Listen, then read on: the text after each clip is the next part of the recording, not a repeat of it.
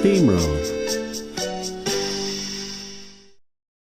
Sir Handel kept slipping between the rails, so they gave him new wheels with broad tyres.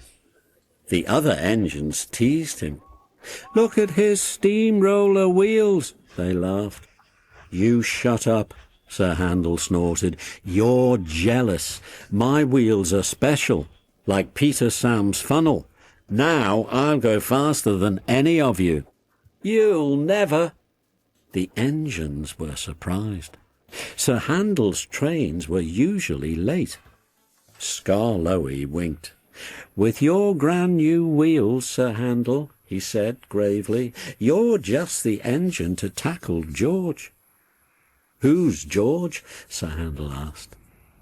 While Sir Handel was in the shed waiting for his new wheels, workmen had come to widen the road which ran for a mile or two beside the railway.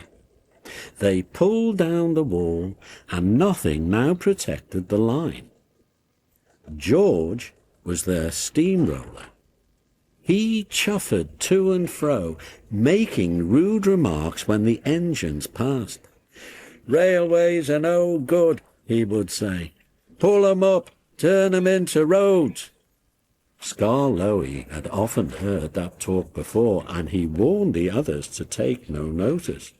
But he hoped that when the two boastful engines met, he and the others would have some fun. "Don't worry any more," said Sir Handel importantly when they told him about George. "Leave him to me. I'll soon send him packing." Next morning George was standing near the halt at the level crossing. "Ha," he said.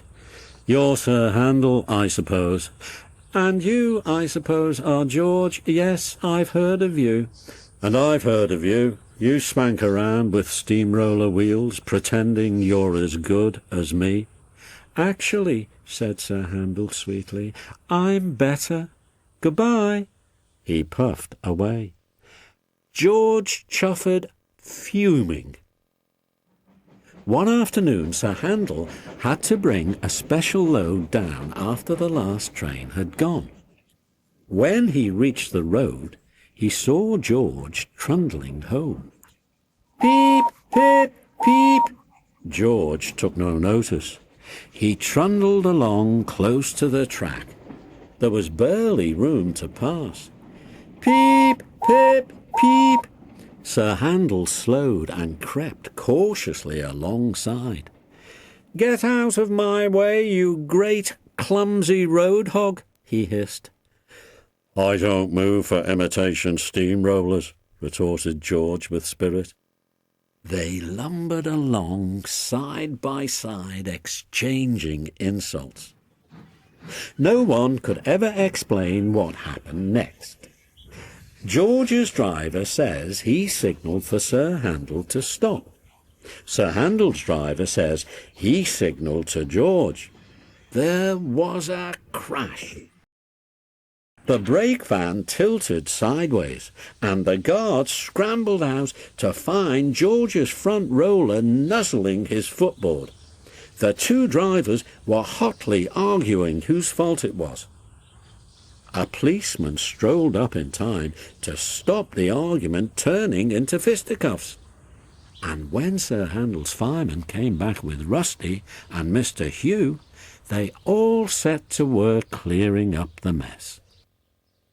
Neither engine had been going fast enough to cause much damage, so Sir Handel was able to bring his train on when George had backed himself away.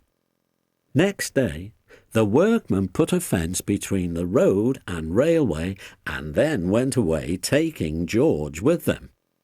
This was because they had finished their work, but Sir Handel thought he had made George go away. He was more conceited than ever and talked everlastingly about steamrollers. "Oh dear," whispered Skarloey one evening, "he's worse than ever. I'm sorry my plan was no good." "Never mind," said Rusty. "We'll think of something else." But they had no need to do that, for some boys came and asked Mr. Hugh if they could look at the engines. Almost at once, one called out, "Look, here's Sir Handel. He raced a steamroller last week. The roller nearly beat him too. It was most exciting." Sir Handel never mentions steamrollers now.